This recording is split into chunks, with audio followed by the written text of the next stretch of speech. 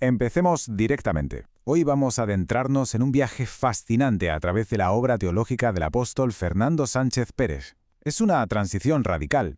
Pasar de una religión que, seamos sinceros, a veces se queda en lo meramente ritual y vacío, hacia una vocación espiritual con auténtico pulso. Vamos a explorar juntos cómo dejar atrás ese altar vacío para empezar a cultivar de verdad un corazón dispuesto. Arrancamos. Fijaos en esta cita del libro de Oseas, es de esas que te frenan en seco. Mi pueblo fue destruido porque le faltó conocimiento. Impactante, ¿verdad? Es una advertencia clarísima sobre el peligro tremendo de poner los rituales externos por encima de una conexión genuina. Y ojo, porque en el texto original en hebreo, la palabra para conocimiento es da'at. No estamos hablando de memorizar datos teológicos fríos como si fuera un examen. Hablamos de una intimidad real, de esa que solo nace del roce y la experiencia diaria. Y aquí es donde entra la tensión principal de nuestro análisis, el altar abandonado frente al corazón dispuesto. Por un lado, tenemos el drama de lo que se pierde cuando se rechaza esa intimidad, cuando la religión se convierte en puro teatro en un espacio sagrado que en realidad está vacío.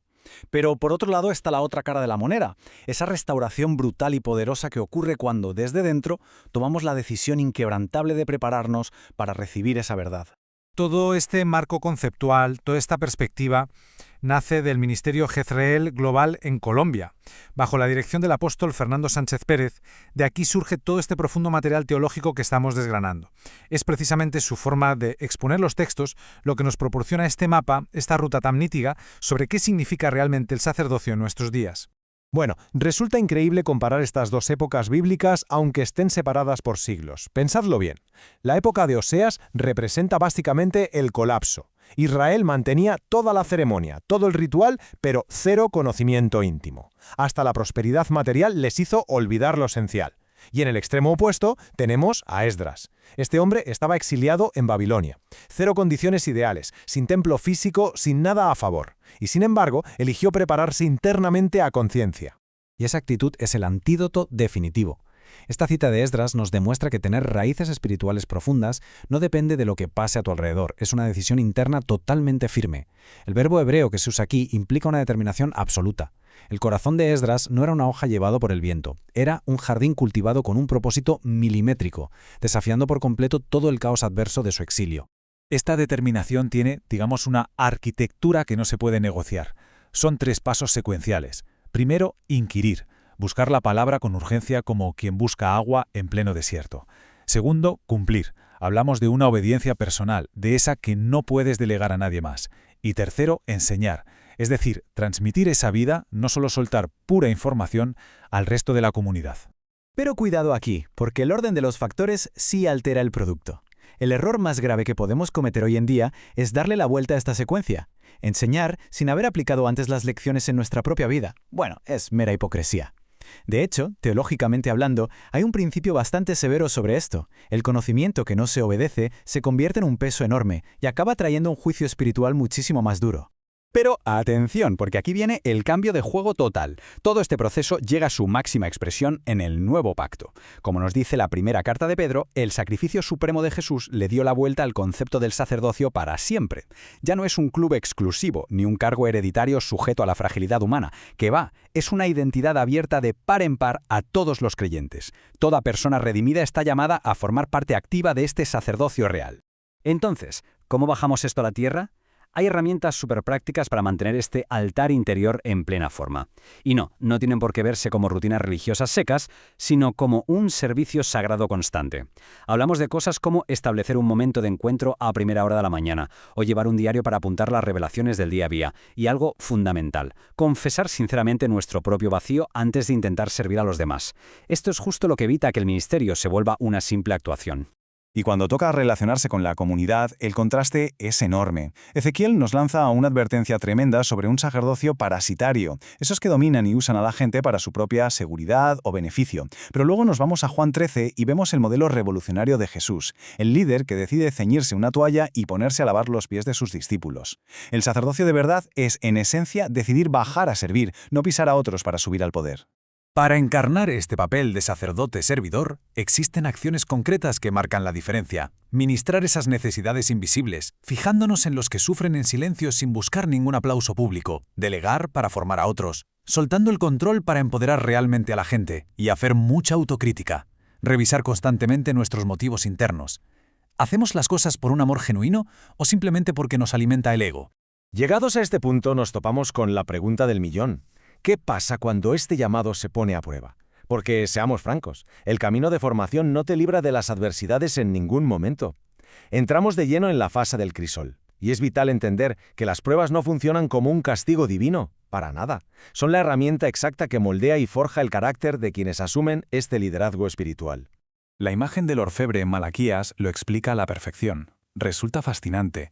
El platero no le aplica fuego a la plata para destrozarla, lo hace específicamente para purificarla, para quitarle la escoria y separar lo que verdaderamente vale.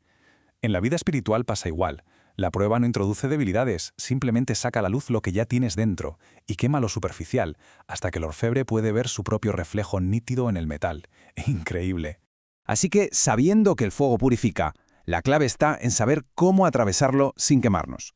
Hay 3 salvavidas prácticos aquí. Primero, llevar un registro o diario de la adversidad para documentar e intentar entender qué lección se esconde detrás del dolor.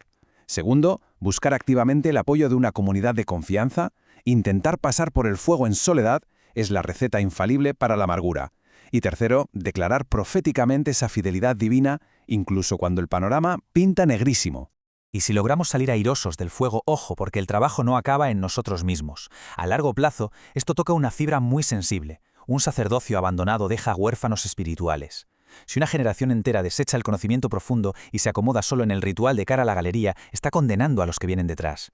Los dejas sin cobertura, sin referentes reales a los que imitar y totalmente vulnerables ante cualquier engaño. Para evitar esa terrible orfandad, tenemos el modelo definitivo de transferencia generacional, la relación entre Pablo y Timoteo. Imaginaos a Pablo, escribiendo desde la oscuridad de una cárcel en sus últimos días. No pensaba en sí mismo, pensaba en la continuidad del mensaje. Este versículo resume magistralmente 4 generaciones de fidelidad. Lo que él enseñó a Timoteo, Timoteo debe pasarlo a personas fiables que a su vez formen a otros. Es una inversión profunda, total y desinteresada. Pero claro, dejar este tipo de legado exige rasgos de carácter muy específicos, forjados durante todo ese proceso de purificación. Hace falta mucha más constancia que destellos ocasionales de brillantez. Exige una inmensa generosidad de tiempo para acompañar en las crisis agudas y en la monotonía de lo cotidiano. Y sobre todo, una alegría sincera cuando el discípulo finalmente supera al maestro. El verdadero líder celebra, jamás envidia, que el fruto de los demás llegue a ser mayor. Y así, llegamos al clímax de este recorrido, el destino último de este viaje espiritual, que comenzó con un diagnóstico desolador, converge justo aquí, en el corazón encendido. Nos trasladamos a la evocadora imagen de los discípulos caminando hacia Emaús.